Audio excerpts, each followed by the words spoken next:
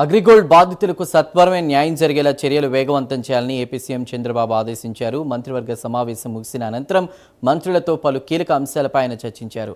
అగ్రిగోల్డ్ బాధితుల్ని ఆదుకునేందుకు ప్రభుత్వం చేపడుతున్నటువంటి చర్యలను అడ్డుకునేందుకు కొందరు న్యాయస్థానాలను ఆశ్రయించేందుకు ప్రయత్నిస్తున్నారని, ఈ విషయంలో కఠినంగా వ్యవహరించాలన్నారు. బాధితుల పరిష్కారం కోసం ప్రత్యేక కోర్టు ఏర్పాటు చేసే అంశాలను పరిశీలించాలన్నారు. స్థానిక సంస్థల ఎన్నికల నిర్వహణపై కూడా సమావేశంలో చర్చించారు. మరోవైపు విజయనగరం, రాజమండ్రి, అనకాపల్లిలో 3 షుగర్ ఫ్యాక్టరీల ఏర్పాటుకు ప్రభుత్వం చర్యలు చేపట్టనుంది. విశాఖలో కొన్ని ప్రాంతాల అథారిటీ ద్వారా ముందుకు వెళ్లాలని నిర్ణయించింది. ఇక ఈ నెల 15 నుంచి 20 వరకు అసెంబ్లీ సమావేశాల నిర్వహణకు ఏర్పాట్లు జరుగుతున్నాయి. పూర్తి సమాచారాన్ని మా ప్రతినిధి శ్రీహరి అందిస్తారు. శ్రీహరి.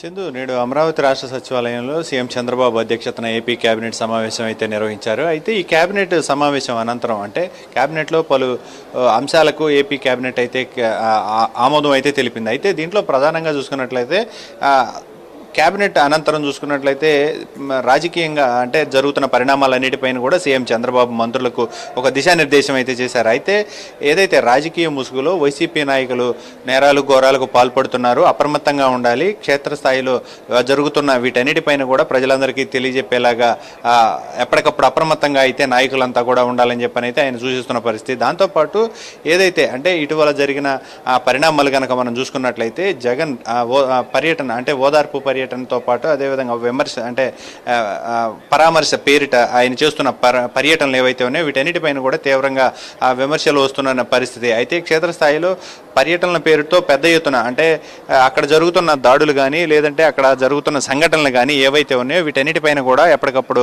అప్రమత్తంగా ఉండాలి. దాంతోపాటు ఏదైతే అంటే ఇటీవల జరిగిన పరిణామాలన్నిటినీ కూడా ఎప్పటికప్పుడు తెలుసుకుంటూ వాటిపైన పూర్తి స్థాయి అప్రమత్తత అయితే ఉండాలని చెప్పనైతే సూచిస్తున్నారు. దాంతోపాటు ఇప్పుడు ఇటీవల జరిగిన ఏవైతే వరుస ఘటనలు ఏవైతే ఉన్నాయో వీటన్నిటినీ కూడా ప్రజలందరికీ కూడా తెలియజెప్పేలాగా నాయకులంతా కూడా వాటిపైన పూర్తి స్థాయి సమాచారాన్ని తెలుసుకోవాలి. దాంతోపాటు ఏదైతే ఇటీవల జరుగుతున్న కూటమి ప్రభుత్వం అధికారం చేపట్టిన దగ్గర నుంచి ఏదైతే డెవలప్మెంట్స్ ఏవైతే ఉన్నాయో వీటన్నిటిని కూడా క్షేత్రస్థాయిలోకి తీసుకువెళ్ళడంతో పాటు ఈరోజు తీసుకున్న ఏపీ క్యాబినెట్లో నిర్ణయాలు ఏవైతే ఉన్నాయో వాటన్నిటినీ కూడా ఆమోదంతో పాటు ఏదైతే అంటే వైజాగ్లో కనుక చూసుకున్నట్లయితే ఆ స్లమ్ ఏరియాస్ ఏవైతే ఉన్నాయో వాటన్నిటినీ కూడా మరింతగా డెవలప్ చేయాలని చెప్పని భావిస్తుంది. అయితే వీటితో పాటు ఇటీవల వైజాగ్తో పాటు తీసుకున్న 3 పార్టీ కార్యాలయాలను ఏర్పాటు చేయడానికి కూడా 3 జిల్లాల్లో కూడా వీటన్నిటికి సంబంధించిన భూ కేటాయింపులు వాటితో పాటు ఏదైతే చెరుకు ఫ్యాక్టరీలను ఏర్పాటు చేయాలని చెప్పని భావిస్తుంది. ఆ చెరుకు ఫ్యాక్టరీలు కూడా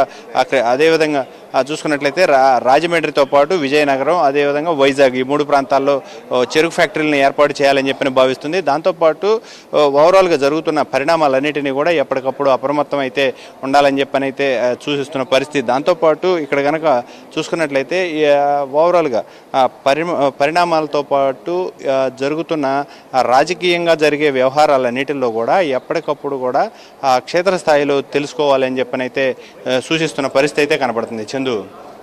శ్రీహరి, అయితే ప్రస్తుతం ఈ సమీక్షకి సంబంధించి కూడా హైలైట్స్ ఏం చెప్పుకోవాలి ఫైనల్గా?